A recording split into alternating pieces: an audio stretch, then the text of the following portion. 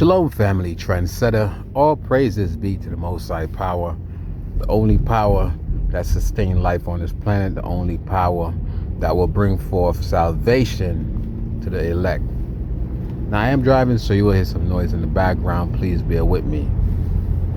Now, in this quick video, I just want to talk about something that I believe is important to talk about, and that's preparation for what's to come. Now, I'm sure many of y'all been hearing, on YouTube and TikTok or whatever social media platform that you guys deal with, people telling y'all to prepare, start making provision, especially for those of you who live in the winter areas, right?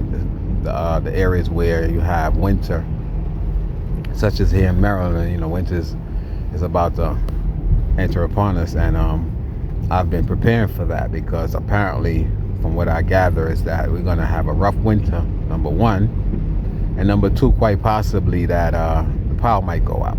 So I want to ask y'all a question. Are y'all prepared for a power outage? I'm sure many of y'all are not. Y'all depend on the system to sustain y'all, but you have to be, self-sufficient at this point, family, because what these devils are doing, they literally, right, are taking away stability from y'all, because a lot of y'all rely on the government, especially for those of you who are rely on public assistance, WIC, Social Security checks. And what's going to happen is, I personally believe that this year will be, well, not even this year, because this year is about to be over, but between the end of this year, beginning of next year, we're going to see where there's going to be a lot of situation where we're not prepared for. All right.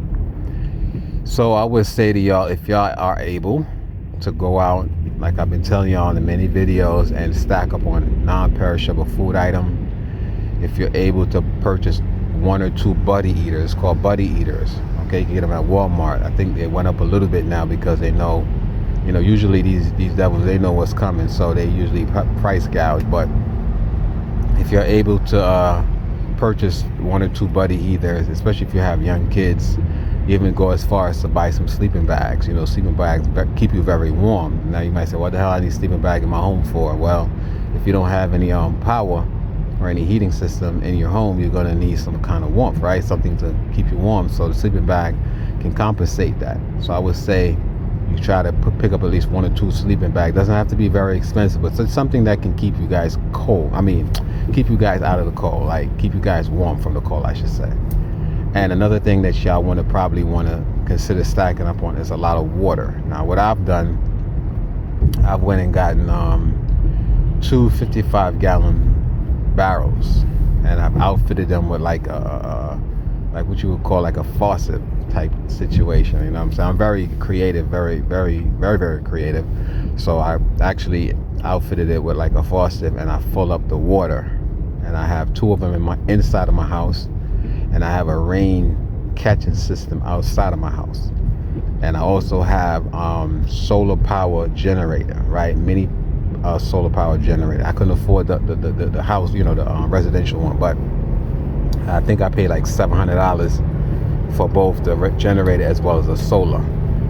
And, because like I said, you never know. When the power go out, you're still going to need to sustain life, still gonna need heating system. I'm not worried about entertainment, TV, and none of that shit. I'm just worried about being able to, at the very least, charge my phone, and the phone probably will be, if the power go out, well, yeah, you can still communicate with the phone. So that's what I'm dealing with, family. So again, I know a lot of y'all are complacent with the way how things is right now, despite the fact that things is really hard. Y'all still complacent. Y'all like, well, how much worse can it get? It's going to get a lot worse. This is one of the reasons why I personally believe that they're pushing this jab, you know what I'm saying? And a lot of people are buying into it, and some are not, but for the most part, a lot of people are buying into it because they feel that's the only way they can continue to, to function in life, you know what I'm saying? Because what they're doing, they're giving y'all an ultimatum. They're telling y'all, if y'all don't take the jab, y'all can't work. They're mandating this jab.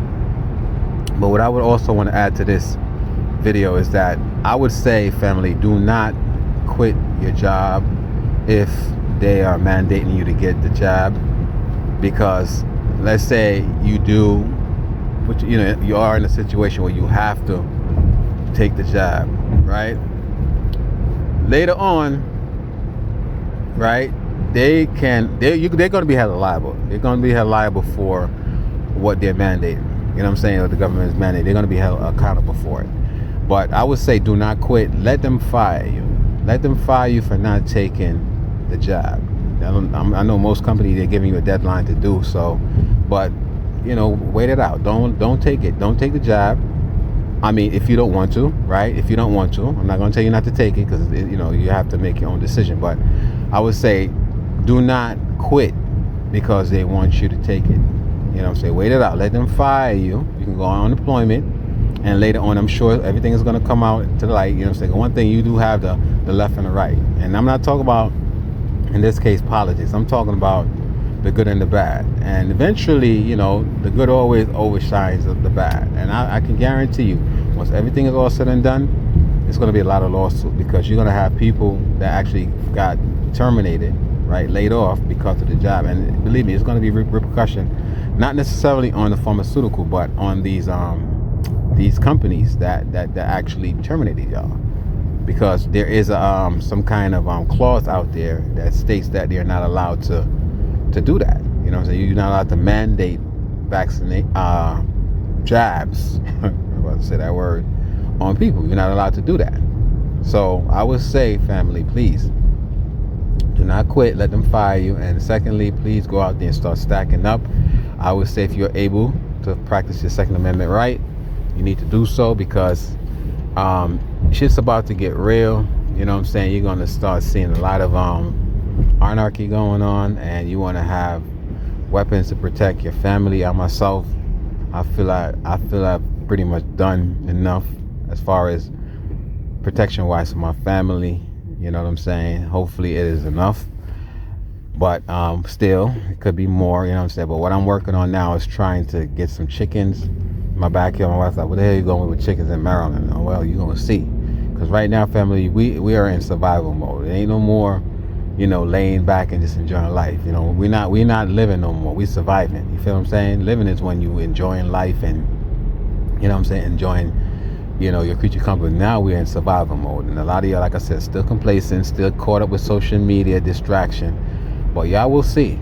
Y'all will see. So again, family, in this brief video, I would say, again, between now and next year, we're going to hit hard times. That's why these ships are out there in the dock. I mean, not docking port, because they're trying to pretty much deplete whatever resources we have in the stores. Like Walmart, I went to Walmart the other day, and it's a super Walmart. I can't find shit. You know what I'm saying? Nothing that I would need. I mean, I don't eat the food there. I usually try to get survival stuff. I can't find nothing. Everything is depleted.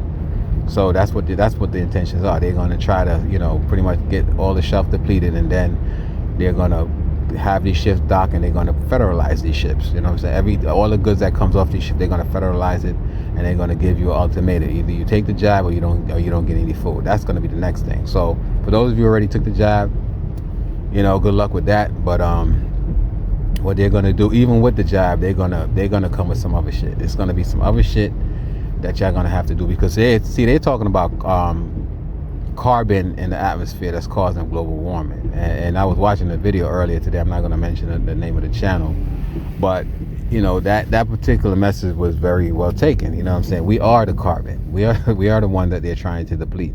They're saying that because we remember, when you breathe out carbon monoxide, carbon dioxide, I think it is, out of your mouth, that goes into the atmosphere, and that's what's according to them, that's what's causing global warming. So they're going to try to get rid of us. That's why I believe the jab is in place. First they wanted us to mask up, because they figure if we mask up and start, and stop exhuming this carbon dioxide out of our bodies, that would help. But it's not helping fast enough. It's not doing the job. So now they're gonna have to jab you and shit, right? They're gonna jab you up and try to get rid of you, because you're the one that's causing global warming. There ain't no motherfucking emission from no damn car or no fossil fuel. None of that shit. It's us. We are the problem for the less than 1%. But family, stay tuned for the next video. And with that, I say shalom.